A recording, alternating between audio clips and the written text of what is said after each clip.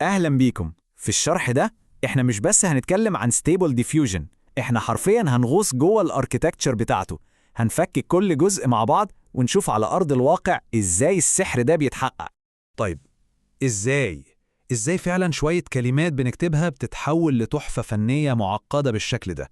ده السؤال اللي كلنا بنسأله، والجواب لا، هو مش سحر خالص. الجواب هو هندسة برمجية عبقرية ومدروسة، وده بالظبط اللي هنكتشفه مع بعض خطوة بخطوة.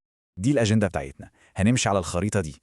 نبدأ بالصورة الكبيرة اللي هي ثورة الليتنت سبيس، بعدين نشوف المكونات الأساسية، المترجم وضغط الصور، وندخل في قلب الموضوع مع اليونت والكروس اتنشن، ونشوف البايب لاين كله شغال ازاي خطوة بخطوة، ونقارن بين 1.5 و SDXL، وفي الآخر نتكلم عن التأثير والاستخدامات والأخلاقيات.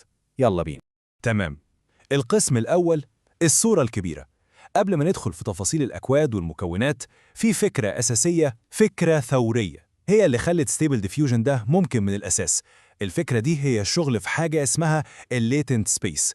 ركزوا في دي كويس عشان هي مفتاح كل حاجة. طيب، عشان نفهم ليه الليتن سبيس ده اختراع، تعالوا نرجع خطوة لورا. الموديلات القديمة كانت بتشتغل على الصورة نفسها، على البيكسل سبيس. يعني لو عندك صورة 512 في 512، الموديل بيشتغل على كل بيكسل من دول. تخيلوا حجم الحسابات، حاجة مرعبة ومحتاجة جي بي يوز جبارة. جت بقى الفكرة العبقرية بتاعت ستيبل ديفيوجن. طب وليه كل ده؟ ليه ما نضغطش الصورة دي الأول لتمثيل أصغر بكتير، يعني ريبريزنتيشن مضغوط؟ هو ده اللي بنسميه الليتن سبيس. فبدل ما نشتغل على صورة 512 في 512، بنشتغل على ريبريزنتيشن صغنن 64 في 64. الفرق في الحسابات هنا مش كبير، ده فرق جذري. والنقلة دي اللي تبان بسيطة هي اللي غيرت اللعبة كلها. النتيجة: استهلاك فيرام أقل بكتير، وقت التدريب أسرع، وقت الانفرنس أسرع، يعني التكلفة الإجمالية نزلت الأرض. وده بالظبط السبب اللي خلى التكنولوجيا دي بدل ما تكون محبوسة في معامل بحثية ضخمة، بقت موجودة على أجهزتنا الشخصية، بتشتغل على كروت شاشة عادية. حلو قوي. يبقى احنا دلوقتي عرفنا اننا بنشتغل في مساحة مضغوطة اسمها الليتنت سبيس. طيب، ازاي بندخل ونخرج من المساحة دي؟ وازاي الموديل بيفهم الكلام بتاعنا؟ هنا يجي دور أول مكونين هنتكلم عنهم، المترجم وضاغط الصور. أول لاعب أساسي معانا هو ال VAE أو ال Variational Auto Encoder. فكروا فيه كأنه حارس البوابة بتاعة ال Latent Space. هو شبكة عصبية شغلتها في الحياة حاجتين: تضغط الصور عشان تدخلها Latent Space، وتفك ضغطها تاني عشان تطلع لنا صورة نشوفها. هو البوابة بتاعتنا للدخول والخروج. يعني ال VA ده جواه جزئين أو له وظيفتين أساسيتين. الأول هو الانكودر، ده اللي بياخد الصورة الكبيرة أم 512 في 512 ويصغرها ويضغطها للريبريزنتيشن الصغير أبو 64 في 64. والتاني هو الديكودر، وده بيعمل العكس بالظبط. بعد ما كل الشغل يخلص جوه الليتنت سبيس، الديكودر ياخد الليتنت ريبريزنتيشن النظيف ده ويفكه تاني ويرجعه صورة بالبيكسلز كاملة نقدر نشوفها ونتعامل معاها. طيب، ده بالنسبة للصور. بالنسبة للنص بقى، إزاي الموديل هيفهم البرومبت اللي إحنا كاتبينه؟ هنا بيجي دور المكون الجبار التاني، الكليب تكست انكودر. ده المترجم الفوري بتاع السيستم كله. مهمته ياخد الكلام بتاعنا اللي هو مجرد حروف بالنسبة للكمبيوتر، ويحوله للغة الأرقام اللي الديفيوشن موديل يقدر يفهمها ويتعامل معاها. اللغة دي هي اللي بنسميها الامبيدنج فيكتور. يعني لما نكتب له جملة زي A futuristic cyberpunk city at night، الكليب مش بيقراها ككلمات، لا، هو بيفهم المعنى العميق ورا الكلمات دي وبيكبسه كله جوه فيكتور، اللي هو يعني مصفوفة أرقام. بس مش أي أرقام، دي أرقام بتحمل معنى وسياق الجملة. الفيكتور ده هو اللي بيبقى عامل زي البوصلة اللي بتوجه عملية الرسم اللي هتحصل بعد كده جوه اليونت. ودلوقتي وصلنا للقلب النابض للمنظومة كلها، المحرك الأساسي اللي بيحصل فيه كل الشغل التقيل. هنتكلم عن اليونت والسر اللي جواه اللي بيخليه يربط بين الصورة والنص، آلية الكروس اتنشن. اليونت هو الفنان، هو النحات. تخيلوا إننا بنديله كتلة من الطين العشوائي اللي هي الراندوم نويز في الليتنت سبيس، وبنطلب منه ينحت تحفة فنية. شغلته إنه في كل خطوة يبص على الكتلة دي ويقول أنا أتوقع إن النويز هنا شكله كذا، وبعدين يشيل النويز ده، يكرر العملية دي كذا مرة. بس الأهم من ده كله، هو مش بينحت بمزاجه. هو معاه ورقة فيها تعليمات اللي هي التكست امبيدنج، وعمال يبص عليها طول الوقت عشان يتأكد إن النحت بتاعه ماشي في الاتجاه الصح، وبيطلع الصورة اللي طلبناها بالظبط. طيب، إزاي اليونت بيقدر يربط بين ورقة التعليمات دي وبين كتلة الطين؟ هنا السحر الحقيقي بيحصل، وهنا بيجي دور الكروس اتنشن.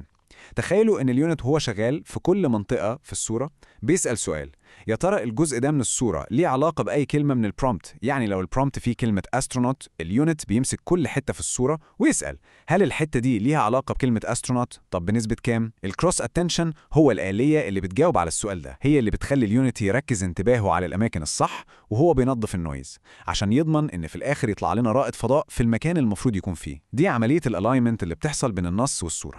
تمام، كده احنا عرفنا كل اللاعبين الأساسيين، ال VAA، الكليب، واليونت اللي جواه كروس اتنشن. تعالوا بقى نجمع الصورة كلها على بعضها ونشوف البايبلاين بيمشي ازاي بالظبط من الألف للياء. الرحلة بتبدأ كالتالي، ركزوا معايا في الخطوات دي. 1. بنكتب البرومبت والكليب بيحوله فوراً لتكست امبيدنج. 2. بنخلق تنسر عشوائي تماماً، شوية نويز في الليتنت سبيس، دي المادة الخام بتاعتنا. 3. اليونت بياخد التنسر ده ويبدأ عملية الدينويزنج على كذا خطوة، مثلا 20 أو 30 خطوة. 4. في كل خطوة من دول الكروس اتنشن بيشتغل عشان يوجه اليونت ويقول له ينظف ازاي بناء على التكست امبيدنج. 5. بعد ما كل الخطوات تخلص بيبقى معانا latent representation نظيف ومترتب. و6. الخطوة الأخيرة ال VAA ديكودر بياخد الليتنت النظيف ده ويفك ضغطه ويحوله للصورة النهائية اللي بتظهر قدامنا على الشاشة، وبس كده. في مكون كمان مهم جدا في العملية دي، يمكن مش أساسي في الاركيتكتشر بس عمليا لا غنى عنه، وهو السكادولر. ده عامل زي المايسترو بتاع عملية الدينويزنج، هو اللي بينظم الحفلة. بيقول لليونت احنا عندنا كام خطوة، وفي كل خطوة هنشيل نويز قد ايه بالظبط وبأنهي طريقة أو خوارزمية. السكادولر هو اللي بيدينا القدرة نتحكم في الموازنة بين السرعة والجودة. وعشان نفهم أكتر بصوا على المقارنة دي. لو أنا لسه بجرب وبستكشف وعايز أشوف نتائج سريعة، ممكن أستخدم سكيدولر زي أويلر، سريع جدا وبيطلع نتائج كويسة للمعاينة. لكن لما استقر على البرومبت وأكون عايز أطلع الصورة النهائية بأعلى جودة ممكنة، هنا بروح لسكيدولر تاني زي DPM++. أبطأ شوية بس الجودة والتفاصيل بتكون أعلى بكتير، فالموضوع كله تريد اوف بين السرعة والجودة. كده احنا فهمنا الاركيتكتشر الأساسية. تعالوا بقى نتكلم عن التطبيق العملي ونقارن بين أشهر إصدارين بنستخدمهم كلنا، Stable Diffusion 1.5 و SDXL. الفروق هنا مش مجرد أرقام، دي فروق في الاركيتكتشر نفسها بتأثر على كل حاجة. SDXL عنده UNET أكبر بكتير، يعني قدرته على فهم التفاصيل أعلى، والأهم إنه بيستخدم 2 تكست انكودرز مش واحد بس. ده بيخليه يفهم البرومبتس الطويلة والمعقدة بشكل أحسن بكتير. النتيجة واقعية وتفاصيل في الصور بتتفوق على 1.5 بمسافات. في المقابل SD 1.5 هو حصان الشغل السريع، أخف، أسرع، ممتاز لو بتعمل تجارب كتير أو بتدرب لورز، ومش بيحتاج فيرام عالي زي SDXL. فالاختيار هنا مش مين أحسن، السؤال هو أنت محتاج إيه بالظبط. تمام، بعد ما شرحنا كل الجانب التقني ده، لازم كمهندسين ومطورين نطلع بره الصندوق شوية ونبص على الصورة الأكبر، تأثير التكنولوجيا دي وحدودها والمسؤولية اللي بتيجي معاها. الاستخدامات العملية في السوق دلوقتي ما بتخلصش. بنتكلم عن صناعة المحتوى بكل أشكالها، من كونسبت آرت لأصول الألعاب والبوسترات.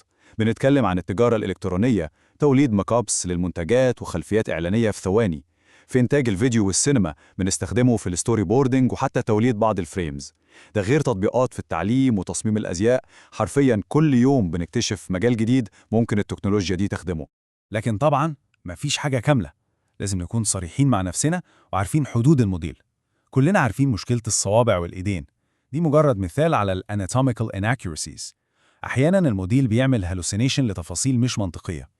الأهم من ده التحيزات أو البايسز اللي ورثها من الداتا اللي اتدرب عليها، ودي ممكن تظهر في الصور اللي بيطلعها. وأخيراً في منطقة رمادية كبيرة حوالين حقوق الملكية الفكرية، ودي نقطة لازم كلنا نتعامل معاها بحذر شديد. وهنا السؤال مش بيبقى تقني قد ما هو أخلاقي. لما تكون القوة دي في إيدينا، إيه مسؤوليتنا؟ مسؤوليتنا كمطورين بنبني الأدوات دي، ومسؤوليتنا كمستخدمين بنصنع بيها محتوى. ده سؤال لازم كل واحد فينا يفكر فيه. وختاماً دي الخريطة الذهنية اللي بتلم القصة كلها. نبدأ بالبرومبت، الكليب يترجمه. نشتغل في الليتن سبيس اللي ال VAA هو بوابته. الاتنين دول بيغذوا اليونت اللي في قلبه الكروس اتنشن عشان يربط بينهم. والسكيدجولر بينظم عملية إزالة النويز خطوة بخطوة. وفي النهاية خالص ال VAA ديكودر يرجع لنا الصورة الكاملة. فهم الاركيتكتشر دي مش مجرد معلومات نظرية نحفظها، لا، ده هو المفتاح اللي بيدينا القدرة الحقيقية إننا نتحكم في الموديل ده ونعمل بيه حاجات مدهشة، والأهم إننا نعملها بشكل احترافي ومسؤول.